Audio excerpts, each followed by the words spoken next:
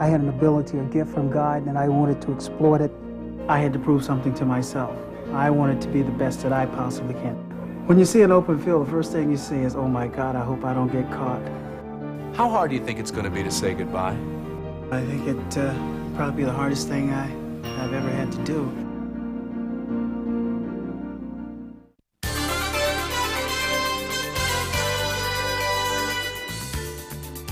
Good evening, everybody. I'm Roy Firestone, and this is an up-close special. He wasn't big by football standards, 5'10", 202 pounds. But Walter Payton, who in 13 years missed only one game, was one of the roughest, toughest competitors who ever lived. No man ever carried the ball more often and for more yardage than Sweetness, but that's just dry stats. He embodied the essence of football. Fight for every yard, fight every day, take nothing for granted. On this program, we'll hear in his own words why we should never take him for granted. Once you make it up in your mind and in your heart that you want to accomplish something or you want to do something in life, and you dedicate yourself to that, and you won't let yourself accept anything but that, then that's where the drive comes from. That's where the determination and all the hard work, because I felt that I had an ability, a gift from God, and I wanted to exploit it, not for myself, but just to do it because I had it. It was something that was given to me, and it was given to me for a reason. And I just wanted to utilize it the best of my ability. What I admired about Walter was his competitive spirit. Every time I saw him play, whether it was the first play or if it was the first run or if it was the 30th run, it was always the same speed, the same effort, the same determination. I mean, it was a guy that he was just determined to be the best. You know, I came from as people said, small school that people kind of scratch their heads about, say, well, they play pretty good football, but if they get into the professional ranks, they may not be able to hold what they're doing. So I had something to prove there. When I came in, I already had something to prove, because people, you know, they had doubts in their mind. Then we showed that we could play with anybody, and after that, I had to prove something to myself. I wanted to be the best that I possibly can, not the best that a former Jim Brown was, or a former Gale Sears, or guys before me. I don't want to reach their level. I want to reach what my level is. If it's below that or beyond that, that's what I'm shooting for. First of all, before 80% of the game this year, I watched Walter Payton film, and one thing I noticed about him is no matter what, he kept his feet moving. He kept his feet moving, and it would never stop, and I tried to incorporate that into my game, and it really helped me a whole lot. And he was just an overachiever. He was a small guy. Like I said, wasn't the fastest guy, but he made you work to tackle him. You know, it's funny. I don't think it's running. It's a feeling that you get when you're out there and you're making cuts, or you're making moves, or you're catching passes, or you're just out there. It's sort of like performing, like a ballet or something. The thing I love most about football, and it might seem that it's contradicting itself simply because my job is to evade people and to get the ball down the field, but I enjoy the contact. When somebody's coming up to hit you, if you, in terms, take the lick, the next time he comes in, he's going to say, well, I'm going to hit him a little bit harder, or I'm going to really draw back and get a shot at him. So what you do is you change that by, instead of it being hit, you just meet the blow. You know, the law of physics tells you that an object standing still and another object coming, the one that's standing still is going to take the brunt of the blow. Right. But if you guys meet, it's the one who goes the fastest or the one who's better conditioned is going to inflict the most pain. You know, I call Walter a second and third effort football player, running back. You know, because, you know, you hit him, if you don't wrap him up, well, he's going to break it. And he just had that desire to keep going all the time. And as Ricky said, it wasn't the fastest, wasn't the quickest, but, you know, if you didn't hit him, he can go. When you see an open field, the first thing you see is, oh my God, I hope I don't get caught. That's the first thing that comes in your mind. When you do that little stutter step, is there a kind of posture in that? I mean, I never noticed it until maybe the last 3-4 years. There's almost kind of it's almost kind of an attitude as much as it's a step. I don't know if you agree with that. I don't think it's an attitude. I think it's a means of survival. In other words, as evolution goes, you learn to adapt certain things to make you survive, and I think that's one of the things I've acquired, simply because when I use that step, what it does for me, it breaks my timing, it breaks my rhythm down, so that the opposing guy that's coming, he can't In other words, when I'm running, he said, well, I'm going to zero him in on ground 2. So I'm coming in, when I get to ground 2, he's got his full head of steam going. But when I take that step, then he has to go, oh my God, I got to recalculate.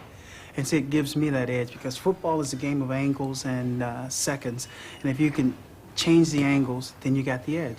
When we played them for my rookie year, and you know, hearing about Walter Payton, and you know, I was, you know, and you're a rookie, you kind of got your own little arrogant thing going. So I mean, I stood on the sidelines to watch him play. I stood up. I said, I'm gonna stand and watch him play. I want to see him really run the football.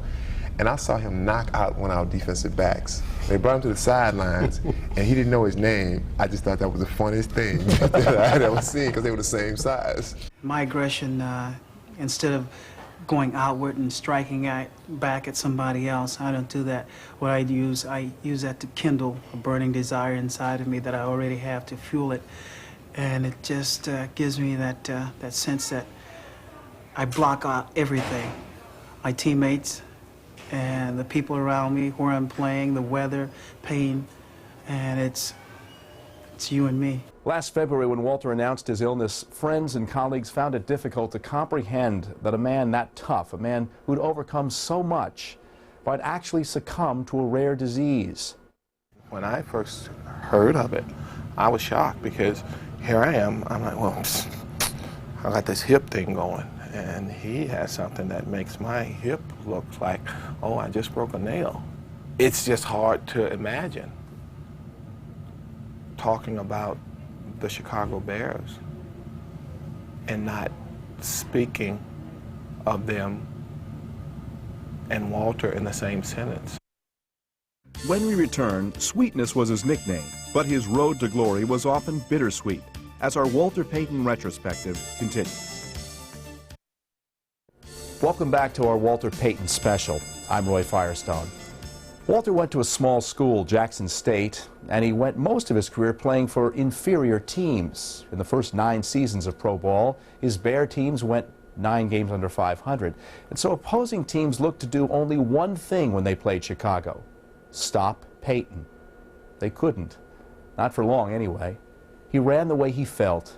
Every inch, he was out to prove something. You almost killed yourself getting there. You and your brother Eddie running along the banks of the Pearl River, that white sand, doing it to such a point that anyone who tried to work out with you collapsed in pain and agony, running steps, running hills, putting yourself into the kind of physical condition that was almost superhuman. I mean, you take a look at this guy's thighs, or if you take a look at his arms, even a year and a half removed from the game, you're a man that was a physical specimen that truly unmatched.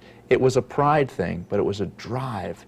I want to know if anywhere there was a fear, not necessarily the fear of failure, but the fear of not making the best of what you had. You always realize that deep back in your mind that you have something, and it's a possibility that it could go on to higher places. And then once you start on that journey, you know, there's always the fear of failure. There's always the fear of something happening to offset what you're shooting for. And with me, I don't think it was any different. I had those feelings also, because once you reach a certain level and you achieve certain things and you want to go beyond that, it's always frightening, you know, opening another door, going into a different dimension. There is that driving force, and there always has been, as we said, and we've been saying throughout the show, about being the best. I remember the year you lost the rushing title to O.J., and you broke down and you wept. Yeah. You don't see that among professional athletes. Oh, well, I did my best, and but you were like your heart was out on the sleeve. Well, that's how competitive I am, and you know, it was an opportunity, and I guess at that particular time it was just not in the cards for me, because I ended up twisting my ankle, and I guess everything happens for a reason. And the next year I came out a little bit more determined and a little bit more aggressive, and things happened the way they were supposed to. But like I said, maybe if I'd have won the Russian title that year, maybe it would have changed me to a point where I wouldn't be the person I am now. But like I said, I'm happy that things worked out the way they did. There's always been a debate about the nickname, Sweetness. Did it come because of his sweet running style or his sweet personality? And where did it come? Did it come in college or high school or before that? It came right before my professional career, when we were playing in the postseason college bowl games. And a couple of guys, Reeve Sori, who was going with the Bears, and Bob Avellini, and well, at that particular time, you know, it was like as the times go, there are certain sayings like "all right," and at that particular time, the saying was, "Oh, how sweet it is! Oh, that's How sweet." sweet it is. So some of the moves that I would make in practice and kidding around, people would say, that was a sweet move. And after we got through practicing, we'd go to the hotels and like see me walking around in the lobby, and for lack of anything else to call, they think about the move. Hey, sweetness, and then There is a couple of theories about why Walter Payton doesn't return back to Columbia, Mississippi, or very often get back home. One is your dad. Your dad died tragically in jail after being picked up on a drunk driving charge. I think he had a stroke or a brain hemorrhage. Brain hemorrhage. That you always quietly resented, stated or unstated, the racism there. That you felt that it cost your father his life. True? No, I think the reason that it happened, well, it cost him his life, was because it was a small town and people were not aware as to certain things. Like when you have a brain hemorrhage, what it does, the first thing that goes is your motor skills, and it makes you appear to be as if that you're intoxicated. But if someone at that particular time would have known that and been more advanced as far as their technology and procedures, they probably would have knew that. But because of that, that was it. It wasn't a case of racism or whatever thing. It was just a small town atmosphere with people who just really didn't know. Why don't you get back then? Well, my mom moved away from Columbia. She lives in Jackson, and she's the light of my life, and so that's where it ends now. Up next, the field of dreams off the field. Walter Payton's other success stories as our Walter Payton retrospective continues. Welcome back. You look back at the ledger of his life and you're sure of one thing. Walter Payton would have been a success in anything he did, and he did many things away from football. He was an entrepreneur. He owned a race car, restaurants, dozens of enterprises. I talked to him about his view of success. Yeah, football, life, and business, they're so closely related. It's unbelievable.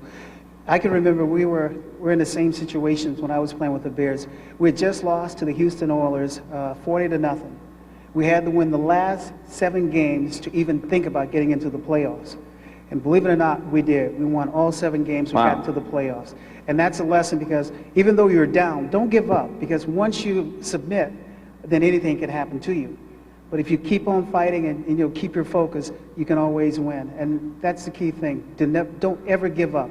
There's a story that when you were in first grade, you were in line, a little kid, and you couldn't stand the idea. You had to wait in line. Yeah. Come on, let's go already, let's go. And finally you started to run ahead of the line, and the big boys were chasing you to try to calm you down, and you gave them the little stutter step. Yeah. And that's where the stutter step was born, right? Is that true? Well, it didn't come into prominence until the NFL. Yeah, but that was the beginning, huh? You know, I'm standing in line, you know, as a kid in first grade, you know, certain things, they don't compute, you know. You have to go to school. At a certain time, you got to be there, and you got to do everything they ask you to do. And then once it comes quitting time, it's like, hey, it's quitting time. I'm ready to go home. But you have to walk in line until you kick off the school grounds, and then you go. And I didn't see the sense in, you know, why did I have to stay in line? I'm like, hey, school is out. So I'm in line, so I get out of line, and she tells me to get back in line, and I said no, and then I started running, and the other kids were trying to trip me, and then guys were trying to get me and stop me. It didn't work. I got home, but they caught me the next day because I had to go back to school. See, here's what I'm trying to say about Walter. He's so competitive, there's so much drive, and it's always been there. You enter the Soul Train dancing contest, this is a few years back, and you did a great job, and everyone's going, wow, Walter can really dance. And you were angry at yourself because you felt you should have won it instead of taking second place. And you would later say, if I would have had a better dance partner, we would have won it, right? Well, Come on now. She probably saying the same thing, too. If she'd had a better dance partner, she'd have won. You could have been anything you wanted, really, truly. Well, you know, that's true in anybody. It's just a matter of the frame of mind that you're in, and if you can visualize what you want to do, you can do it. And I just so happened that football was something that was close to me, that I grew up with, and I decided that I was going to do that. I felt if it had been basketball, if the town that I grew up in would have been more of a basketball town, then I'd probably been a basketball player. Same goes for ownership, too, in the NFL? Yes. You think that you probably will be the first black owner? I hope so. Or part owner? I can see myself as that, and like I said, if you can visualize it, then it's possible. I feel that I have something to bring to the table. I have a lot of new ideas, innovating ideas. I've played the game of football. I know what the players are thinking. I've been there for 13 years, and that's my approach. As far as financing, the financing is there. It's no problem with that either. But that's the reason that I'm doing it is because I feel that I can change some things and make football a lot better. When we return, the poignant and ironic words from Walter Payton. Why saying goodbye was never easy. I think it probably be the hardest thing I've ever had to do. Welcome back to our up-close primetime retrospective on the life of Walter Payton. I'm Roy Firestone. In 1977, Walter Payton carried the football 40 times for 275 yards, an NFL single-game record. He was a devastating blocker, and his nearly 500 pass receptions was an NFL record for backs when he retired. Once, he even played quarterback for the Bears. He was intense and fiery, but it belied his true personality, a playful kid who never wanted to grow old. Right now, I feel like a young kid again, and as long as I have these young guys pushing me, I'm having fun at it. I might be here for a while. Are you still running the hill in front of your house? Still running the hill, doing some other things that almost kill me, but it's still a great time. I think that's the key for you. Incredible shape that you keep yourself in. Keeps the season going.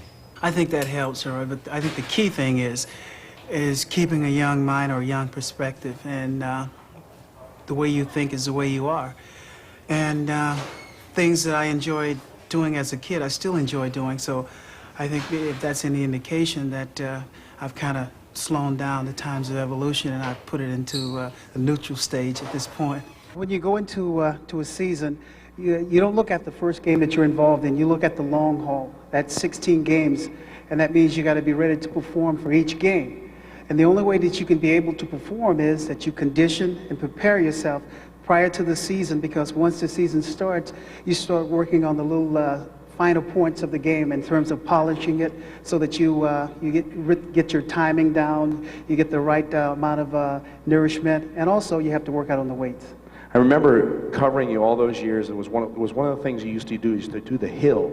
Yes. Remember that? Where was the hill outside of Chicago? Right near your neighborhood, right? Well, the hill it started in Mississippi when we were running the levees that would keep the Pearl River from flooding, which it didn't do a very good job, but we still use that.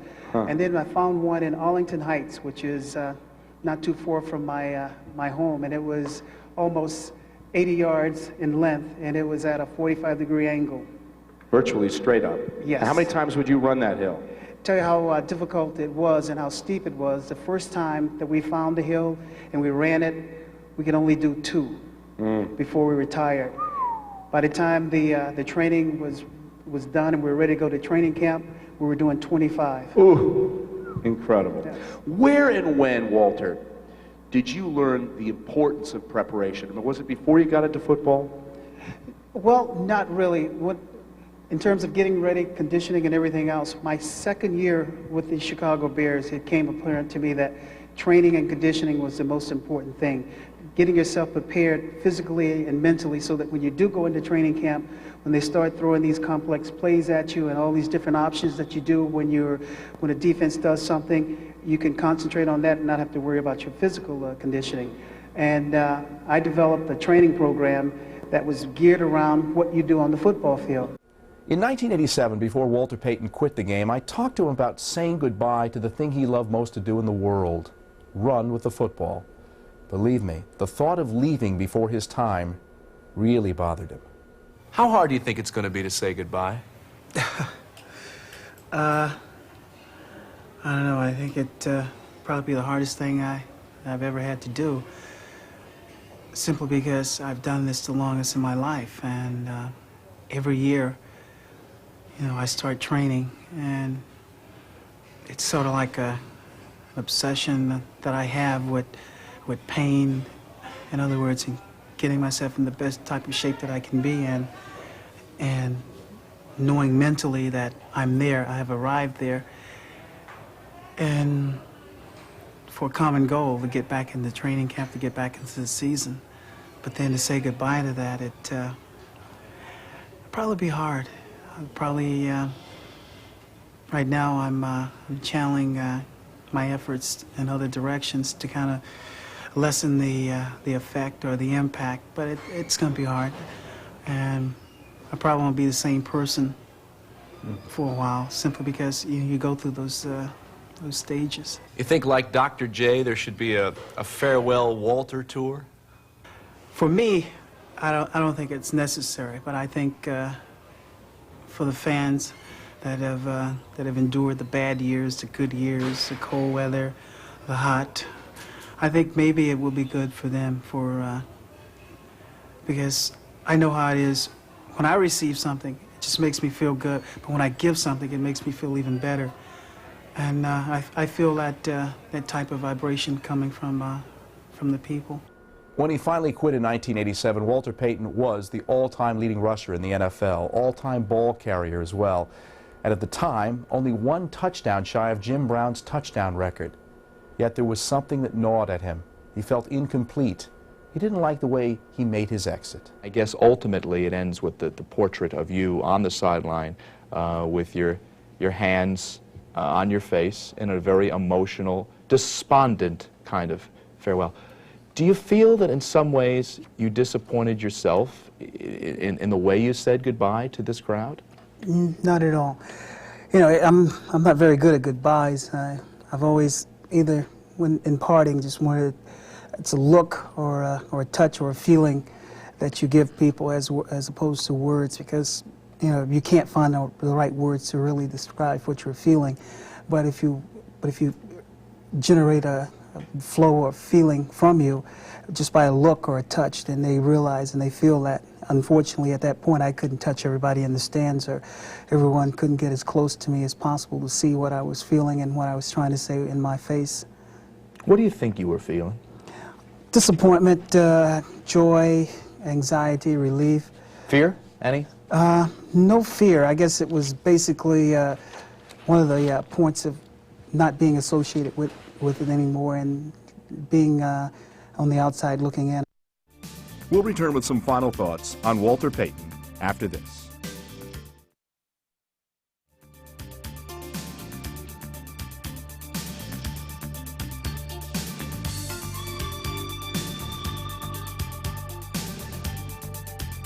Welcome back to our Walter Payton retrospective. I'm Roy Firestone. He was a beautiful athlete to watch, graceful and fluid one minute, a pile-driving battering ram the next. Sweetness to his friends, head and shoulder pads for others. When he encountered his greatest challenge as a man, a rare liver disease, he battled it with his trademark toughness. He didn't accept black market organs, and he could have. He kept his dignity, his humor, and his integrity.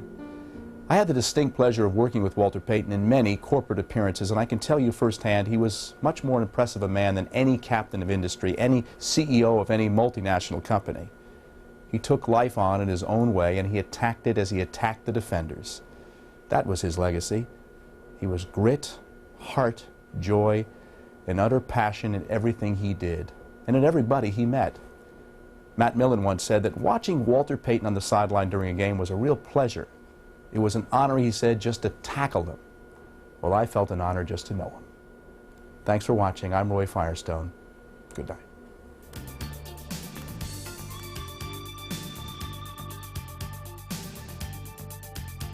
Up Close is a presentation of ESPN, the worldwide leader in sports. Proud to be celebrating our 20th anniversary. For more, log on to ESPN.com, part of the Go Network, go.com.